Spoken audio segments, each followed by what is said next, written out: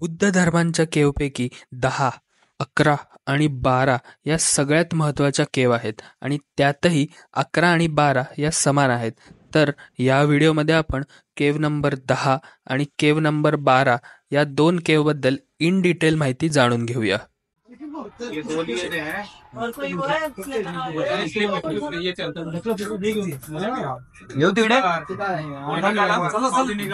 नहीं, इसका निकालना पड़ता है. किधर? उधर ही.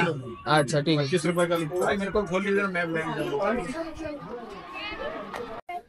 फायनली व्हिडिओग्राफीचं तिकीट मिळालं.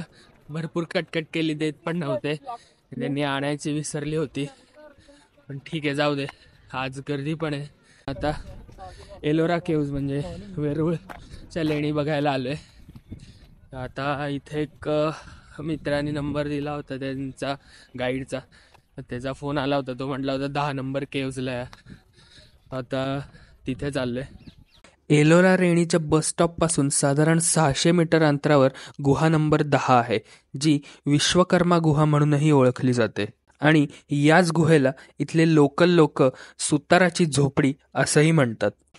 ही गुहा इथल्या लेण्यांमधल्या भव्य लेण्यांपैकी एक लेणी आहे. 3 कॉलम दिसतात, ती लेणी क्रमांक 1 आहे. 2 नंबर पर्यंत गौतम बुद्धाच्या मूर्ती आहे.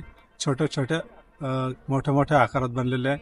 त्या पण सर्व धम्मचक्र आसन, धम्मचक्र परिवर्तन त्याच्यामध्ये बनलेले आहे.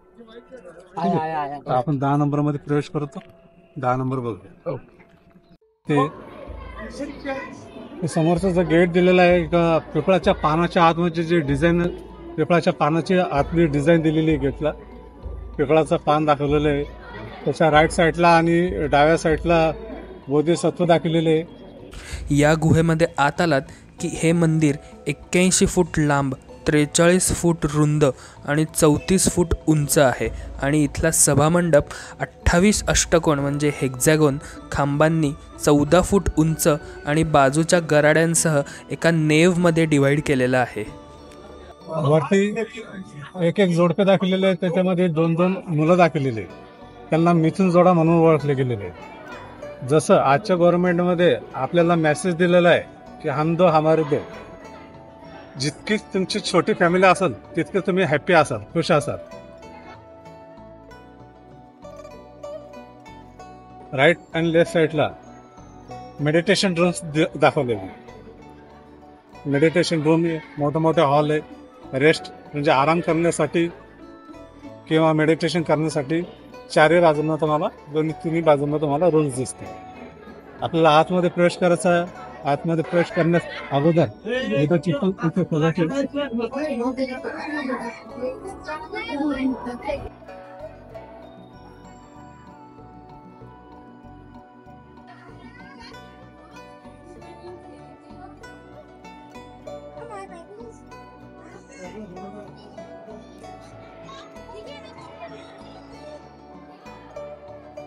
तिचे मुद्रा धम्मचक्र आसन. धम्मचक्र आसनावर बसलेली गौतम बुद्धाची मूर्ती पिपळाच्या पानाच्या आत आहे. कारण पिपळाच्या झाडाखाली गौतम बुद्धांना ज्ञान प्राप्त झालं होतं. हे धम्मचक्र आसन तेव्हा भेटलं जेव्हा यांना ज्ञान प्राप्त झालं. नंतर ह्या आसनावर त्यांनी उपदेश दिला. सगळ्यात पहिला उपदेश त्यांनी सारनाथमध्ये दिला. एकच दगड आहे, कोणताही दगड बाहेरून आणून लावलेला नाही. गौतम बुद्धाच्या डाव्या आणि उजव्या साईडला एक एक मूर्ती दिलेली. आपल्या हाताच्या उजव्या साईडची जे आहे ते वज्रपाणी आणि डाव्या साईडचे पद्मपाणी. खास बोधिसत्व दाखलेले पद्मपाणी आणि वज्रपाणी. पद्मपाणी वज्रपाणी. आणि ही लेणी जी बनलेली ही बाकी लेण्यापेक्षा थोडी वेगळी. याची सिलिंग बघायची असं वाटतं की ही लाकडासारखी काम आहे, लाकडाचं काम आहे. ऍक्च्युली हा दगडाचा काम आहे. आणि एका झोपण्यासारखी ही लेणी बनलेली आहे. म्हणून ह्या लेणीला विश्वकर्मा हाऊस म्हणून ओळखलं गेलेलं आहे. तर लाकडाचा जो कार्पेंटर असतो विश्वकर्मा, कार्पेंटर विश्वकर्मा हा राजा आहे. त्यांना ही लेणी संबोधित केलेली आहे. म्हणून या लेणीचं नाव विश्वकर्मा हाऊस म्हणून ओळखले गेले. 32 पिल्लर दिलेले. 32 पिल्लर हा सिंपल पिल्लर्स, पण हे पिल्लर्स जे राऊंड पिल्लर दिलेले. बाकी ठिकाणी बघता तुम्ही पिल्लर्स काही ठिकाणी चौकोन स्क्वेअर टाईप दिलेलं, पण इथं फक्त 2 पिल्लर्स जे येतं स्क्वेअर टाईप आहे, बाकी पूर्ण राऊंड आहे. Round pillars. हा. आणि ह्या लेणीमध्ये एक खासियत आहे, जो इको साऊंड आहे, आपला आवाज जो गुंजतोय फक्त याच लेणीमध्ये हा आवाज गुंजतो, बाकी ठिकाणी आवाज गुंजत नाही. हे इको साऊंड म्हणून या लेणीवर ओळखले गेलेले. आणि वरती दाखवलेले आहे म्युझिक गॅलरी. म्युझिक गॅलरी आजच्या तारखेला आपल्या मंदिरामध्ये माईक असते. माईकच्या द्वारे आपल्याला कळतं का आता पूजेची वेळ झालेली आहे. त्यावेळेस माईक नव्हतं, म्हणून त्या कलाकारांनी म्युझिक गॅलरी बनवलेली वर. तिथे असं म्हणतात काही लोक जे तिथं ड्रम्स, ढोल, तबला, वाद्य कोणताही वाजवत होते, त्याचा इको होऊन बाहेर लोकांना कळत होतं. मग बाहेरच्या लोकांना कळायचं की आतमध्ये पूजेचा वेळ झालेली, मग ते पूजा करण्यासाठी आतमध्ये येईल.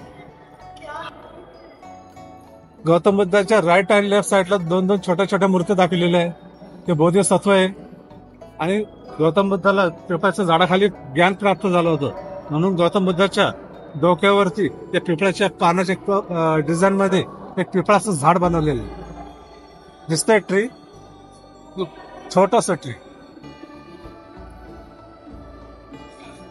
हा,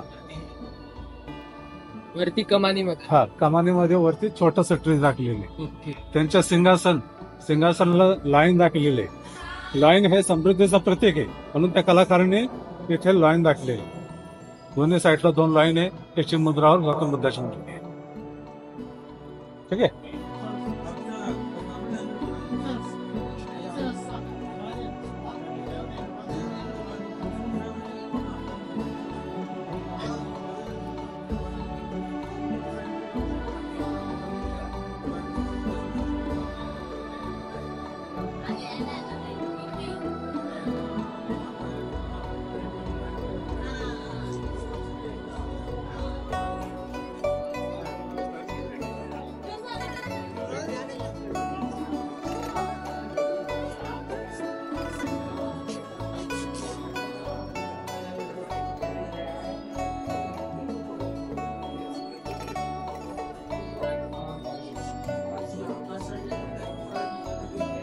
केव नंबर 10च्या शेजारीच एक गुहा सोडून केव नंबर 12 आहे.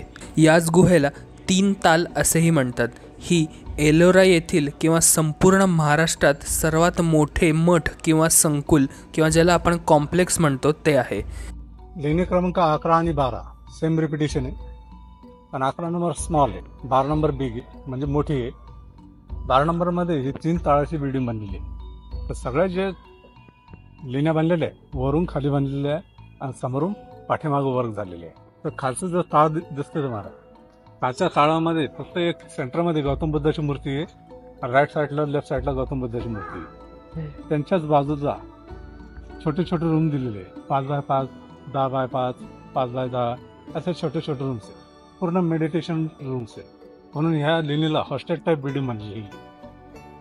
तर हॉस्टेलमध्ये जसं नोटीस बोर्ड असतं तसं नोटीस बोर्ड सेकंड फ्लोअरमध्ये बघायचं लेफ्ट साईडला, तो बोर्ड बनवलेला दगडामध्ये है ना. तर नोटीस बोर्ड दाखवलेला आहे, म्हणून अंदाजे अर्कलॉजिकल लेणीला हॉस्टेल म्हणून ओळखले गेलेलं आहे. तर पहिलं खालचं ग्राउंड ताळ आणि फर्स्ट फ्लोअर हे सेम आहे, बट थर्ड फ्लोअर 24 गौतम बुद्धाची मूर्ती आहे. वेगवेगळ्या आसनावर बसलेले, टीचिंग आसन, मेडिटेशन आसन, धम्मचक्र आसन किंवा भुआसन अशा वेगवेगळ्या आसनावर बसलेले आहे. तर याला हॉस्टेल टाईप बिल्डिंग याच्यामुळे म्हणलेलं गेलेलं आहे.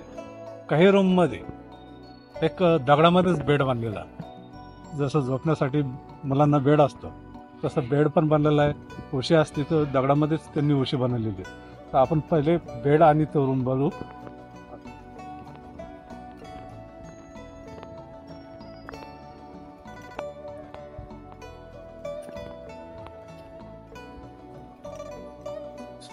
ह्या असे रूम दिलेले आहे.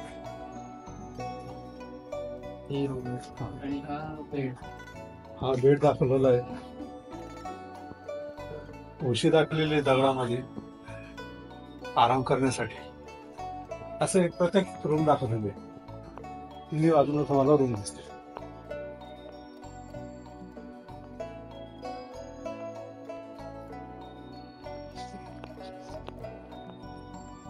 सिमेट्री बघ कडक. एक लाईन येते समोर.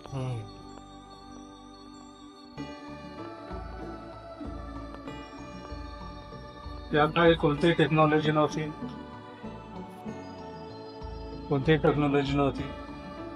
आणि लाईट वगैरे काहीच नव्हतं. तर अंधारामध्ये गाभाऱ्यामध्ये गौतम बुद्धाची मूर्ती बनवलेली आहे. किमान 10 ते 11 फुटाची मूर्ती आहे. धम्मचक्र आसनावर बसलेली आहे आणि राईट साईडला लेफ्ट साईडला परत गौतम बुद्धाच्या मूर्ती दाखवलेली आहे. मेडिटेशन आसन. इथून राईट साईडला बघायची मेडिटेशन आसन गौतम बुद्धाची मूर्ती. परत बॅक साईडला आपल्या लेफ्ट साईडला गौतम बुद्ध.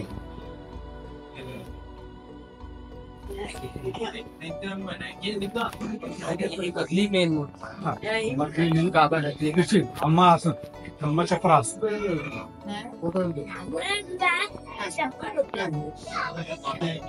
उजव्या साईडला लेफ्ट साईडला पाणी पाणी दोन्ही दाखवलेले बसलेल्या अवस्थेमध्ये दाखवले. म्हणजे ते 10 नंबरला रिपिटेशन मध्ये 1 ते 12 पर्यंत रिपिटेशन.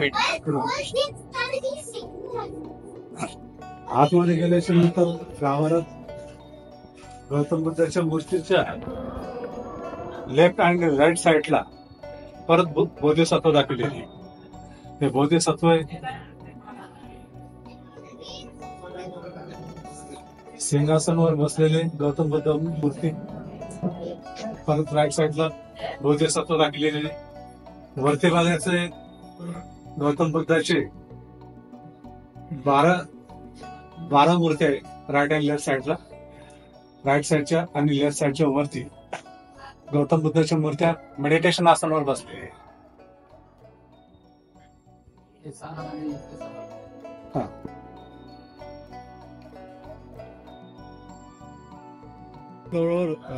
टीचिंग गौतम बुद्धाची मूर्ती म्हणजे धम्मा आसन चक्र आणि मेडिटेशन.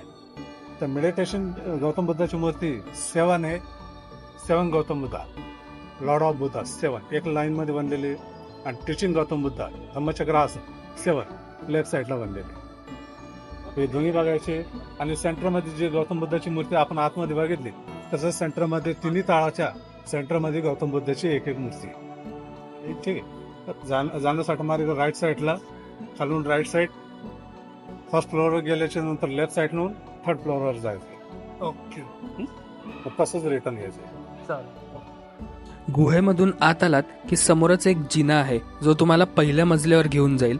तिथेच मागच्या टोकाला वरती मंदिर आहे. पहिल्या मजल्याच्या बाजूच्या भिंतीवर 9 कक्षांची मांडणी केलेली आहे. तिथे बुद्ध आणि सहाय्यक देवतांची विविध शिल्पकला ही भिंतींवर सुशोभित केलेली आहे, जी खूप बघण्यासारखी आहे. तिथलाच मागचा जिना तुम्हाला दुसऱ्या मजल्यावर घेऊन जाईल, जिथे 118 फूट लांब आणि 34 फूट रुंद असा एक प्रचंड मोठा हॉल आहे. तिथून पुढे अजून एक जिना लागेल जो तुम्हाला 3ऱ्या मजल्यावर घेऊन जाईल. हा 3रा मजला या लेण्यांमधली सर्वात आकर्षक आहे.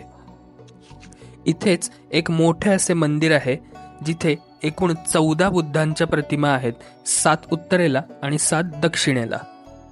उत्तरेकडील 7 बुद्धांच्या प्रतिमा या भूमिस्पर्श मुद्रेमध्ये आहेत. त्या विपश्य, सिखी, विश्वबाहू, क्रकुथंदा, कनकमुनी, कश्यप आणि शाकसिंह यांच्या आहेत. हे सर्व मानुषी बुद्ध आहेत. आणि दक्षिणेकडील 7 बुद्ध हे दिव्य बुद्धांचे प्रतिनिधित्व करतात.